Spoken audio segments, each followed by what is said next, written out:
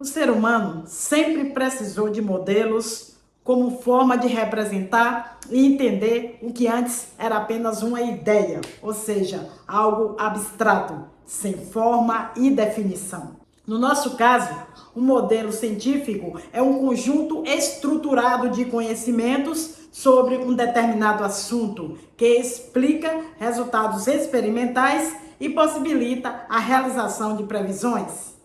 Por isso, o vídeo de hoje vai contar a história das modelos atômicas. Não, desculpa, pessoal.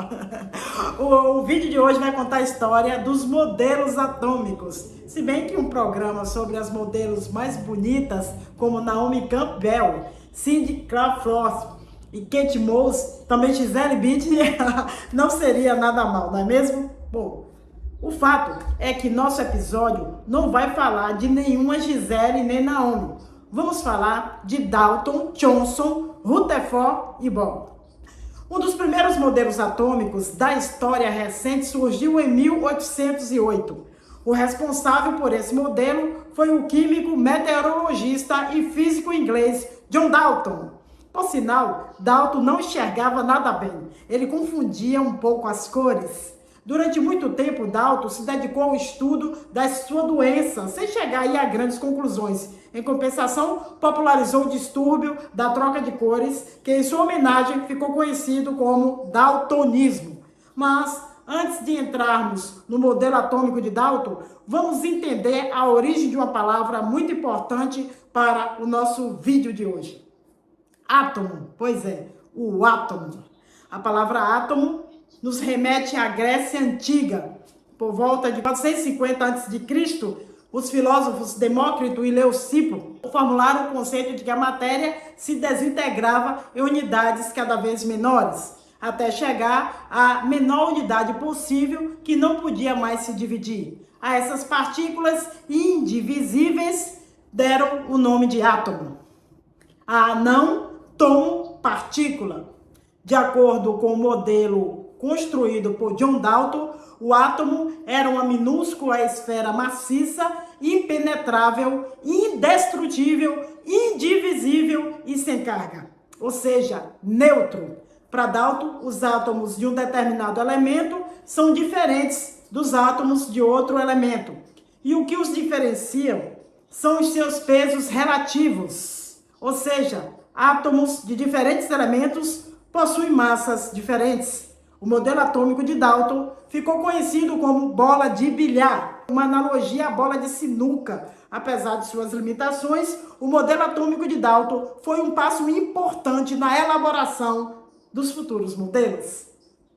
Quase um século depois de Dalton, em 1904, o cientista britânico Joseph Thomson realizou uma experiência utilizando uma ampola feita de vidro ou quartzo, chamada de ampola de Crookes. A ampola funciona da seguinte maneira: dentro se faz um vácuo.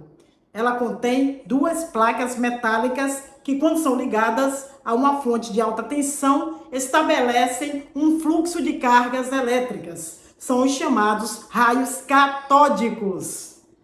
Johnson fez meticulosas medições interferindo na trajetória dos raios através de campos elétrico e magnético controlados.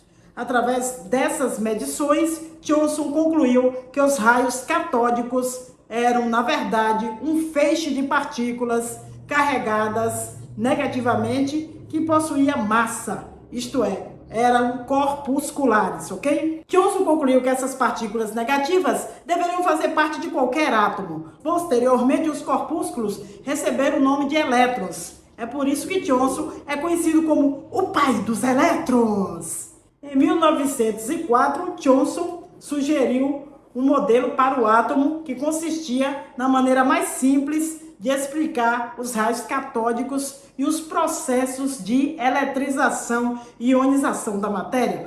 O modelo de Johnson foi denominado pudim de passas, onde a massa do pudim é esférica e de carga positiva, e as passas são os elétrons de carga negativa. Na verdade, o modelo do pudim de passas tinham todas as fatias. Aí eu peguei e comi uma agora. Mas tudo bem. Eu vou aproveitar e vou comer mais uma fatia. Depois a gente vê. Bem, vamos voltar 10 anos no tempo para falar de um físico brilhante que cruzou o caminho de Thomson. Seu nome era Ernest Rutherford. Pois é, de origem neozelandesa, Rutherford havia se destacado nos estudos. Tanto é que em 1894, depois de se graduar em matemática e física, recebeu uma bolsa para fazer uma pós-graduação na Universidade de Cambridge, na Inglaterra, onde passou a ser orientado por Thomson. Olha que loucura! No entanto, antes de se aprofundar no modelo do pudim de passas, Rutherford concluiu sua pós-graduação e recebeu um convite para lecionar na Universidade de McGill, em Montreal, no Canadá. Foi professor da instituição por 9 anos, antes de retornar em 1907 para a Inglaterra, mais precisamente para a Universidade de Manchester. Rutherford se tornou um professor muito popular e amado por seus discípulos, e ele sabia escolher seus alunos e colocá-los para trabalhar como poucos na história conseguia. Não é à toa que nada mais, nada menos que 10 de seus alunos receberam o Prêmio Nobel. Em 1908, Rutherford analisava aí o modelo atômico de Thomson e se indagava se a matéria seria densa ou cheia de espaços vazios. Por conta disso, ele propôs um desafio a 2 de seus melhores alunos, Hans Geiger e Ernest Marsden. O desafio consistia no seguinte: Geiger e Marsden deveriam bombardear uma finíssima lâmina de ouro com partículas alfa de carga positiva emitidas pelo elemento químico polônio e depois medir o espalhamento dessas partículas. Rutherford notou que a maioria das partículas alfas atravessavam a lâmina de ouro sem sofrer desvios, porém pouquíssimas partículas alfas sofreram grandes desvios.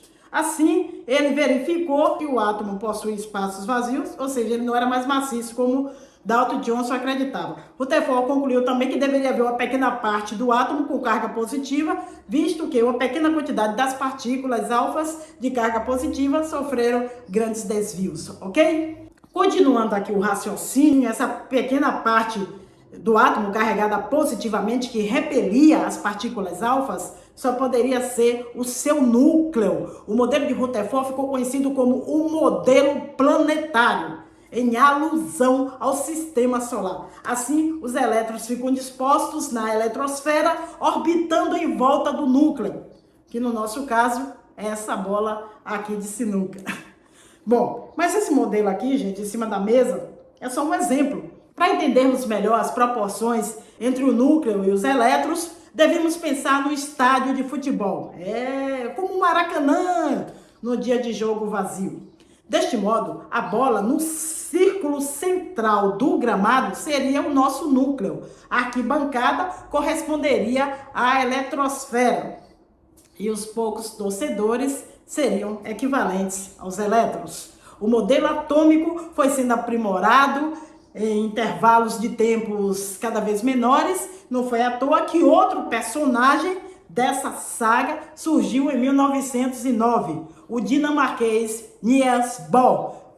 Ao investigar as propriedades físicas dos metais, Bohr encontrou uma série de inconsistências no modelo atômico de Thomson. 2 anos depois, em 1911, após concluir seu doutorado, ele conseguiu uma bolsa de estudos que o levou aí à Universidade de Cambridge, com o objetivo de aprofundar o modelo atômico do pudim de passas com o próprio Thomson. Pois é. Contudo, seu estado em Cambridge foi uma decepção, viu, minha gente amiga? Thomson propôs trabalhos em assuntos diferentes, além do pouco tempo que dispunha para discutir o modelo do pudim de passas com Bohr.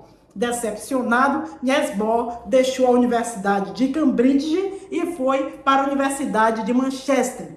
E quem o acolheu foi justamente Ernest Rutherford, o professor que sabia escolher alunos brilhantes, assim como vocês. Rutherford incentivou Bohr a trabalhar na área de física teórica, interpretando aí os resultados experimentais de sua equipe.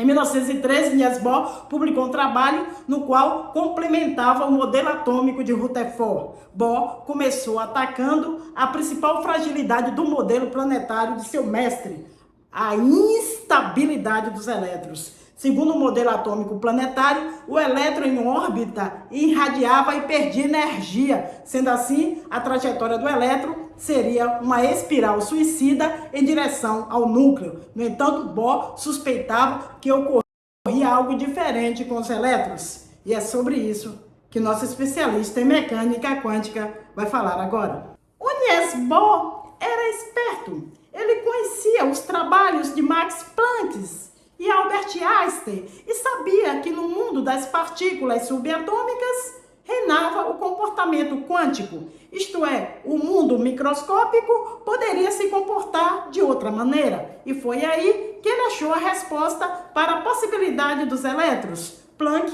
propôs que a matéria não emitia radiação de modo contínuo, mas liberava pacotes de energia de quanto. Logo, Bohr pensou que os elétrons ao redor do núcleo possuíam menos energia que os elétrons mais afastados. Isso porque o elétron mais próximo do núcleo é mais atraído por ele do que o elétron distante. Esse raciocínio levou Bohr a concluir que deveria existir camadas ou níveis de energia a partir do átomo de hidrogênio, que é o átomo mais simples porque possui apenas um elétron. Bohr deu sua contribuição ao modelo atômico de Rutherford. É sobre isso que o nosso especialista vai falar. As energias que absorvidas pelo elétron promovem ele a um nível mais externo. E é claro, se ele perde essa energia, ele volta para um nível mais interno. Então foi Bohr que permitiu que tal modelo pudesse ser propagado com base teórica e vai criar as bases do que a gente chama de uma física ou de uma mecânica quântica. Ele criou um modelo que permitisse ao elétron estar em determinadas órbitas em movimento sem perder energia espontaneamente. À medida que você se afasta do núcleo, os níveis começam a ter um volume cada vez maior e o modelo começa a assumir uma conformação matemática. E o instrumento em matemática são os números. Então vão surgir os números quânticos que vão quantizar essa energia do elétron, ok? Esse número quântico associado ao nível definido por Bohr é chamado de número quântico principal e varia de 1 a 7. E através desse número quântico, a gente vai precisar da quantidade máxima de elétron em cada nível. Tem certas fontes de energia que, absorvidas pelo elétron, promove ele ao nível mais externo. E é claro, se ele perde essa energia, ele volta para um nível mais interno. Foi Bohr que permitiu que tal modelo pudesse ser propagado com base teórica. E vai criar aí as bases do que a gente chama de uma física ou de uma mecânica quântica. O modelo atômico moderno tem como base a mecânica quântica. O cientista austríaco, esse aqui, Schrödinger, deu uma contribuição muito importante ao publicar um trabalho no ano de 1926, no qual apresentou a equação de onda de matéria, mais conhecida como equação de Schrödinger. Para ficar mais claro, aqui vai uma comparação. A equação de Schrödinger está para a mecânica quântica e o mundo microscópico, assim como a segunda lei de Newton ou as equações de Maxwell estão para a física clássica e o mundo macroscópico. A equação de Schrödinger é aplicada com sucesso na explicação de todos os experimentos que não envolvem condições relativistas, isto é, velocidade próximas aí da luz. Hoje vimos que ao longo do tempo os modelos atômicos foram se aperfeiçoando, desde os gregos, passam por Dalton, Thomson, Rutherford, Bohr, Schrödinger e a mecânica quântica. Muita água já rolou, né, minha gente? Agora que você já entendeu a história dos modelos atômicos, eu vou voltar para o meu joguinho, que ainda falta muito para eu entender de sinuca e poder jogar aí contra os meninos, ok? Ô, Fabiana, essa bola vermelha. Você tem que acertar, Fabiana, a bola verde. Ô, Fabiana, você é daltônica, é?